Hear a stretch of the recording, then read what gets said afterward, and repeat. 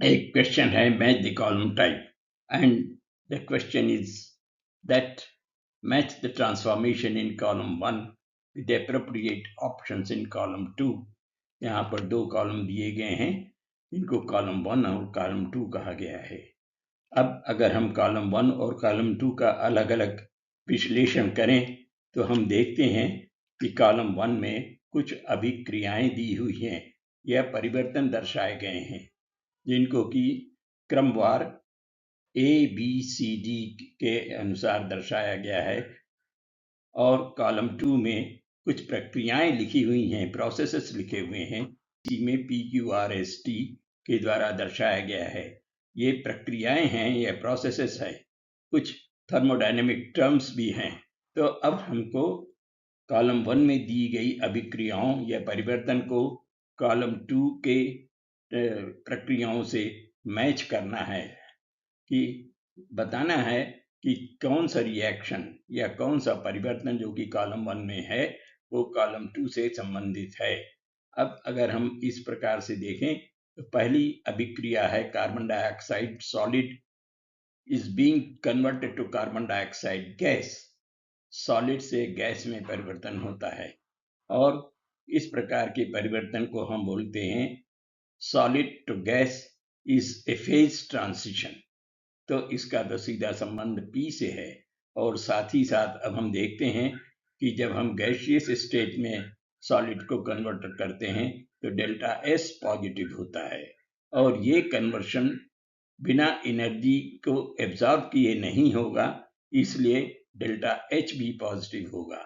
तो इस तरह से जो कॉलम 1 का A परिवर्तन है वो P, R और S से रिलेटेड है। तो इसको अगर हम देखें तो A is matching with P, R and S।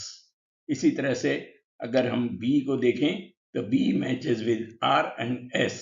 R is delta H positive and S is also delta H positive, क्योंकि ये एक अभिक्रिया ऐसी है जिसमें ये calcium carbonate at a high temperature of about 800 to 1000 degrees Celsius is converted to calcium oxide solid and carbon dioxide gas। अब चूंकि ये एक एंडोथर्मिक रिएक्शन है, अभिक्रिया अवशोषित ऊर्जा अवशोषित होती है, ताप अवशोषित होता है, एब्सॉर्ब होता है, इसलिए डेल्टा H पॉजिटिव होगा। और साथ ही साथ सॉलिड जो कि कैल्शियम कार्बोनेट में है एक गैस भी बनाता है, इसलिए डेल्टा S भी पॉजिटिव होगा, क्योंकि एंट्रोपी बढ़ जाएगी। अब ऑप्शन सी को अगर हम देखें तो यहाँ पर एक फ्री रेडिकल दर्शाया गया है। 2 hydrogen free radical is converted to H2 gaseous state. तो इसमें अगर हम देखें तो free radical is converted to the gaseous state and इस तरह का जो परिवर्तन होता है वहां पर डेल्टा S पर ध्यान देना होगा, that the entropy is reduced and it is therefore matching with the option D here. And similarly, if you look at the fourth point here, fourth process, P white solid phosphorus is being converted to P red solid। अब ये तो एक सीधा सा phase transition है और साथ ही साथ इलेक्ट्रॉपिक चेंज भी है। व्हाइट जो कि सॉलिड स्टेट से है रेड सॉलिड स्टेट में चेंज होता है।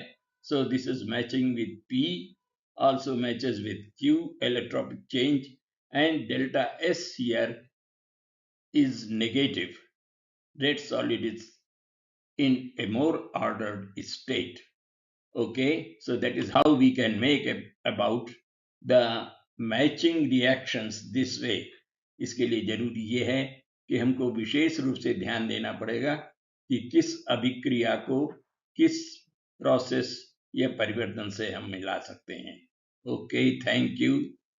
Please do subscribe to our channel.